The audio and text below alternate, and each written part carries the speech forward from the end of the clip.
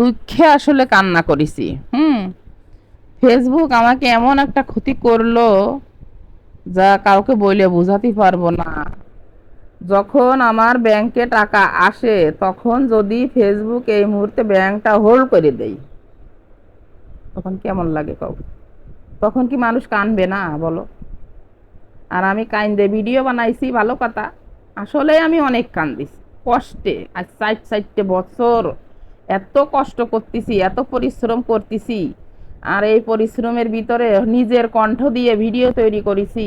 তারপরেও ফেসবুক আমাকে আছে এই যে এই যা বলতে পারতেছি না আসলে আমি, ঠিক আছে?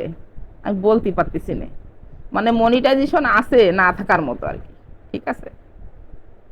কি এমন কি এমন দোষ করেছি আমি?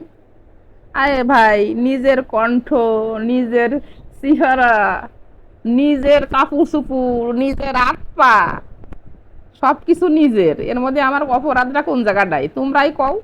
হ্যাঁ, আমি আসলে বুঝতে পারতেছি না কি শুরু করলো ফেসবুক। এক এক সময় এক একটা নতুন নতুন আপডেট দেয়, আর এই আপডেটে মনে করো শেষ করে দেয় একদম। ভিডিও বানানোর মন মানসিকতাটাই নষ্ট হয়ে গেছে। চিন্তা করতে যে ফেসবুক থেকে একবারে বিদায় নিয়ে চলে যাব, ফেসবুকে আর আসবোই না। মন মানসিকতাটা আসলে খুবই নষ্ট হয়ে গেছে একদম।